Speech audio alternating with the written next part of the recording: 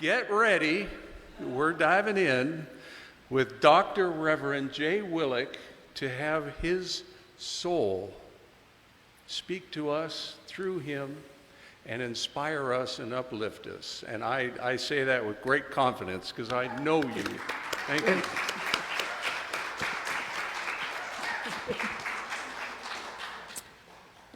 Wow. Thank you. Many, that's okay. Many remembrances just this morning. Everything has been perfect. What you brought out from Dr. Holmes from the Science of Mind book was perfect.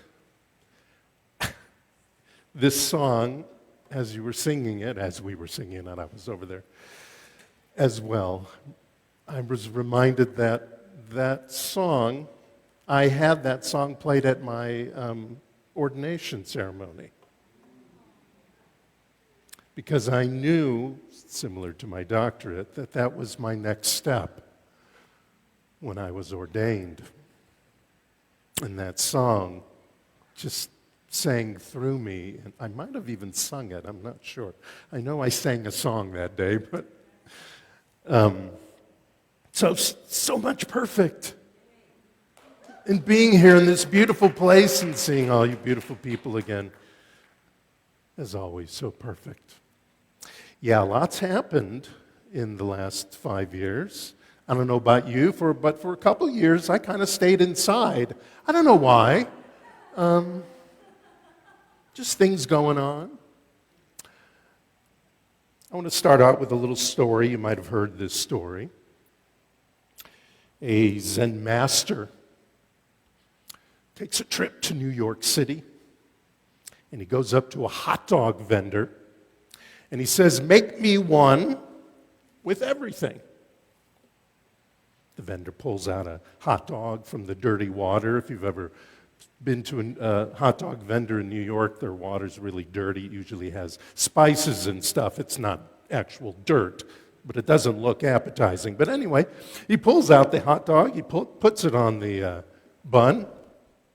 He spreads that spicy brown mustard on it, puts onions and peppers and shredded cheese and sauerkraut and all that stuff, and he hands it to the Zen master, who then pays with a $20 bill. And the vendor takes the bill, he puts it in his cash box, he closes it, he turns to everyone, he goes, "Next!" But the vendor's still standing there, perplexed. And the vendor turns to him and says, "Well, what's the matter with you, buddy? You're done." And the Zen master says, "Excuse me, but where's my change?" "Change?" The vendor smirks. "Change must come from within." Now, oh, thank you. Now, there's an old adage that I'm sure you've heard. Wherever you go, there you are. Even if you change friends or jobs or get a new mate of some sort, et cetera, et cetera, et cetera, all that may be a good thing, a necessary change. But when you get there, though your location may have been modified, the faces around you may be different, the office and the desk may be new, all those fears, worries, failures, attitudes that you wanted to change by going to this new location, by making a new relationship, changing out one relationship to another, all that other stuff has accompanied you in your supposed new life. You can move to the ends of the earth, finalize that divorce, start the new whatever, and have shiny outside conditions. But a true change only happens through and must be accompanied by our acceptance of what was. Maybe, dare I say, a bit of gratitude for what was, because that has now taught you to move forward. All that needs to be done before the new really sticks. We must learn to embrace both the past as well as the movement forward in order to fully get to the next adventure. Now, that doesn't mean we hold on to the past and all that junk and all that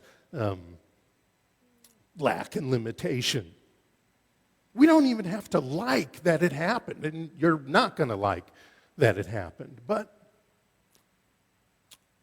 we need to learn to love it. That might be controversial. Love that, excuse the expression, crap that went on in my life. And that's because we don't want to run away from our past. We want to go towards our new adventure. We get the new friends and all that by simultaneously being cognizant of what we learned from the past relationships, right? We know the red flags now. We don't pick that same guy, that same gal, because we see the red flags when these personality traits start coming out. It's like, oh, we see this, and off we go. We follow our heart and purpose more than the money and the benefits of a new job. Not that money and benefits are bad, but it's the heart and the purpose that should take you from this job to this job. We surround ourselves with new healthy habits and healthy people. And that way, we get steered to the best crowd, the best job, the best direction, because we're open to it. We're not carrying all this baggage with us. We're open to the new and infinite possibilities, not hoping, not wishing, not pleading for them. When you go forward without the disgust and the hate and the shame and the victimhood and other claims to past lack and limitation, but with gratitude of where you came from, where you've been, you go with more than a desperate need for the new location. You go with excitement for the new location. You go more than with a desire and a dire reason for the change. You go embracing the beauty of the change. You go not clinging to this newness, whatever it is, from despair. You go experiencing this newness with the divine joy and the divine knowing that you shall succeed. You move with an acceptance of the fullness of you, good, bad, ugly, indifferent, beautiful, but most importantly, you go home. Home to the real you, home to the best you, home to the divine you.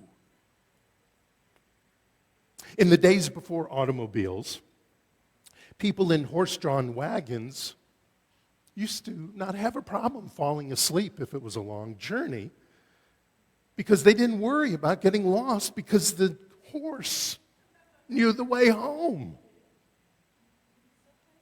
Your heart has that same gift. It knows the way home, and you can trust it to take you there.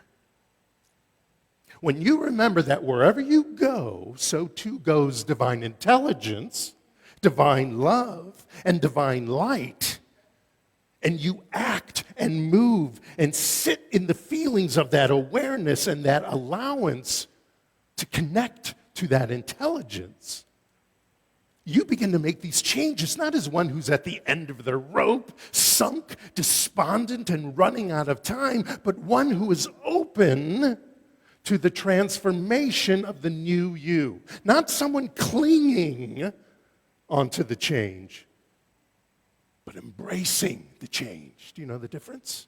Do you know the difference between clinging and embracing? Did you ever have a well, if you've had children, you probably know a clinging effect around you. Now, of course, you love your children, but it's not pretty when they're so clingy. So you teach them, yes, there's a child in here, sorry. You teach them they don't need to be clingy because mom or dad or both are here. We're always here. Even when we're not in the building, we're here. Then they don't have to be clingy. They embrace the idea of mom or dad, or mom and mom, or dad, or all the connotations. You are connecting with your heart and your gut as well as your head. You're connecting to your feelings instead of your emotions. Again, do you know the difference between feelings and emotions? Emotions grab a hold of you, overcome you sometimes, take you away sometimes. Feelings you choose. Feelings you have control over. You're unifying with the power and presence of infinite intelligence, and intelligence is an intelligence that is there all the time, but we forget sometimes. Or we just somehow purposefully don't connect with it consistently for some reason. But when we do, it opens us up to override the limits of fears and stresses of our worries and any old stories that might be there in our past. Now, the theme this month is change as transformation. We don't want to just change. We want to transform. Yes? Though it may sometimes seem this way, you don't magically transform because you move to a new location, get a new job, start a new relationship. You don't magically convert sadness into happiness. You don't magically mutate fear, lack, and limitation into courage and abundance. You transform with a change that is purposeful in action. Yes, you have to take action. You have to pack your stuff and move. You have to get the divorce. You have to put in your 2 weeks. You might want to apply for a job first before you give your 2 weeks, but you eventually have to give your 2 weeks or not and move on to the next job or whatever it is you are changing in your life. But that is initiated first from within, not out here. It is much more of something in your heart and in your mind and in your gut. You know, you have a brain in your gut. You have a brain in your gut that talks directly to your mind and goes past your heart. They talk to each other without the heart in the middle. Of course, the heart is a powerful brain as well, but that's another talk. You do this much more from your heart and mind and gut than your feet. Yeah, you gotta move your feet, but it has to be here first. It's a holistic experience. Remember, all the contact numbers, all the addresses, all the coordinates and instructions that you may need, they're already built into you. You may not know it right off the bat, but they're already here. You may go to therapy if you want, get advice from your Zen master, read books, go to endless workshops, all you want. Have at it. But all that will only work when it's supported by you knowing and accepting the truth about yourself. The power that is in you right here, right now, no matter what's going on in your life. By using your inner GPS and embracing that in everything you think, feel, imagine, don't forget imagination, very powerful, and do. It's the God positioning system, GPS, God positioning system that you must click into. The Divine Ways app You must reopen the system that is always at the ready, willing and considerably able to serve you. But you must plug into it. You must plug in your destination, not as a physical location, but as a transformed way of thinking. Got to change your thinking before you change your location, your relationship, your whatever. Your health, which is actually a remembrance of who you are. Another story. Two men visit a Zen master. First man says, I'm thinking of moving to this town here that you live in. What's it like? And the Zen master asks, what was your old town like? And the first guy says, well, it was dreadful. Everyone was awful. I hated it. Zen master looks at him and says, well, this town is very much the same. I don't think you'll really like it here. Oh, all right. Off he goes. Second guy steps up and he says, I'm thinking of moving to this town, Zen master. What's it like? And the Zen master asks, well, what was your old town like?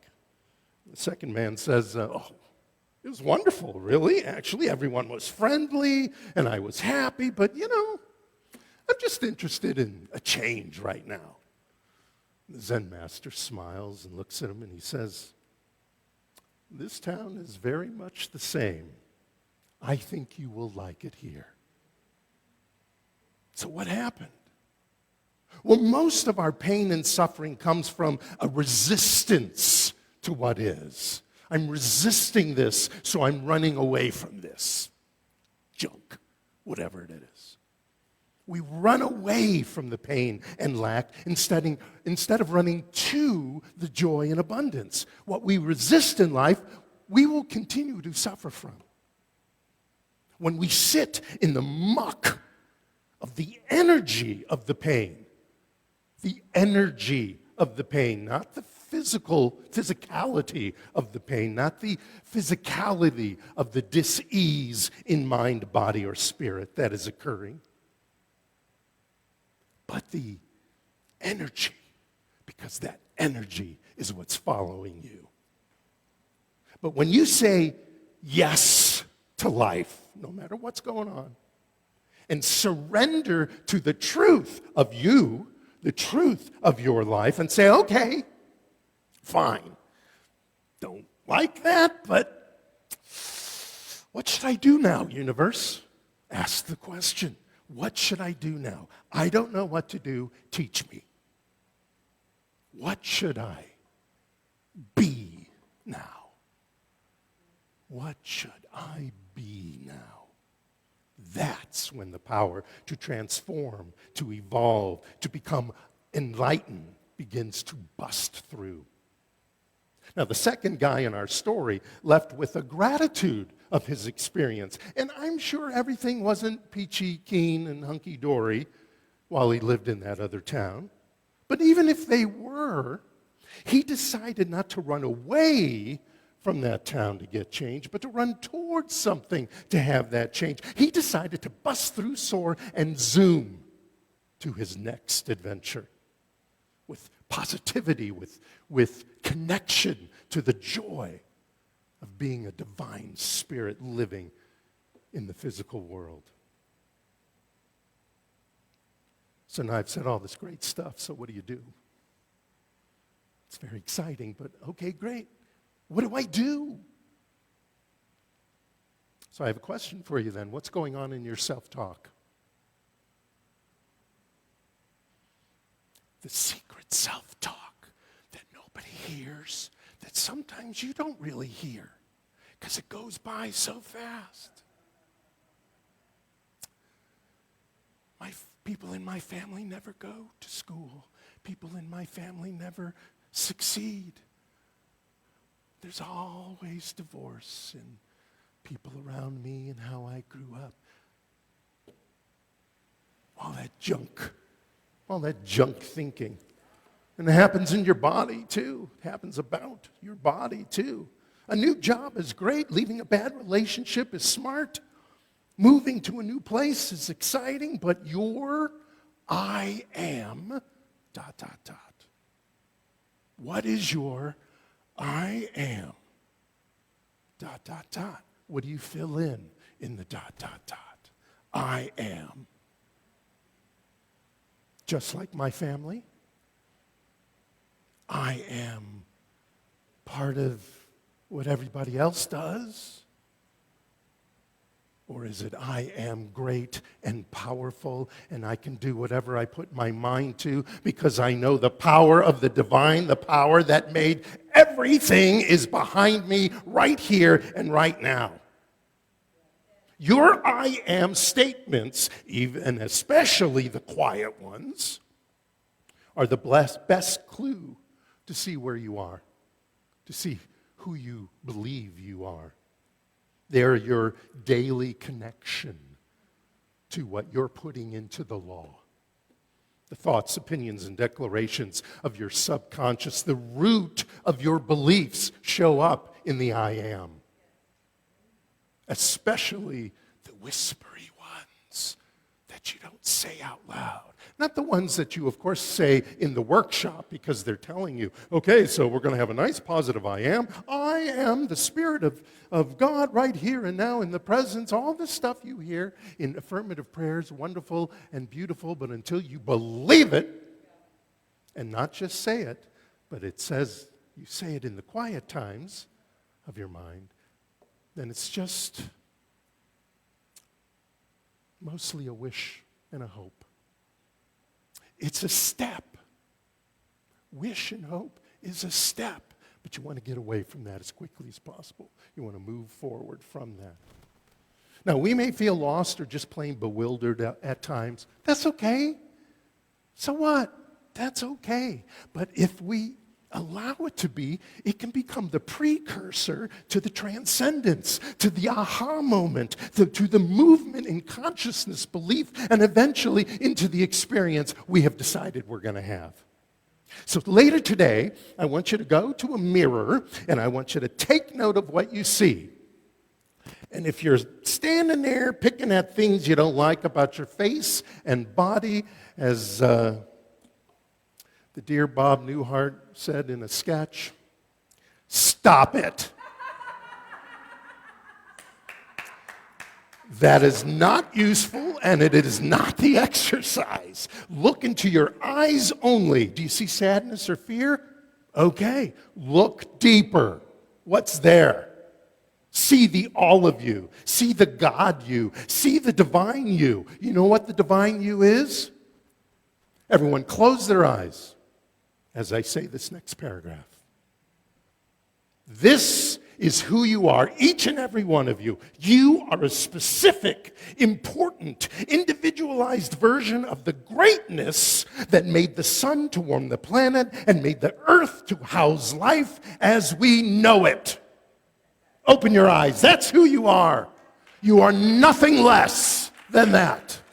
I don't care what's happening in your life. I don't care of any stupid things you've done in your life. You are still that. It is a sanctum, what did I write? Sanctum sanctorum, a sacred place that lives in this vehicle called you. It is at that moment, when you remember that, when you embody that, that you truly merge with God, the great spirit, the divine intelligence, whatever you want to call it. It doesn't care what you call it. The greatest part of you, that is you. The I am, that is you. Now, sometimes it takes getting lost to enjoy the joy of being found. But just like the GPS system in your phone or car puts you on a path towards the quickest and safest way to your destination, so too when we merge with the universal GPS in our spiritual practice, does life become truth. The God positioning system, GPS, shows us the way. The God Peace Service centers and grounds us to awaken the way. The God Possibility Strategy guides us to the best way. I'm not done. The God Prosperity Syndrome then seeps into everything we do. And the God Power Structure is always at the ready and powers us on like a light switch to illuminate, dominate, accelerate, and transmute each and every one of us into joy and happiness. Again, there's a difference. Healing and affluence in all parts of our life. And as you embrace the change, open up to and allow the transformation and go toward your next adventure, unified with and fueled by your greatest self, your true self, then you will soar. Just like Ernest Holmes wrote in that beautiful quote that was read earlier. Know your power, and then let yourself be that power. Then as you transform to who you truly are, then start making your changes. Embrace the change. I love this quote from Meister Eckhart. Meister Eckhart was a German Catholic mystic from the Middle Ages, I believe. And I will leave you with this quote. The God in me sees the God in you. Thank you so much. Namaste.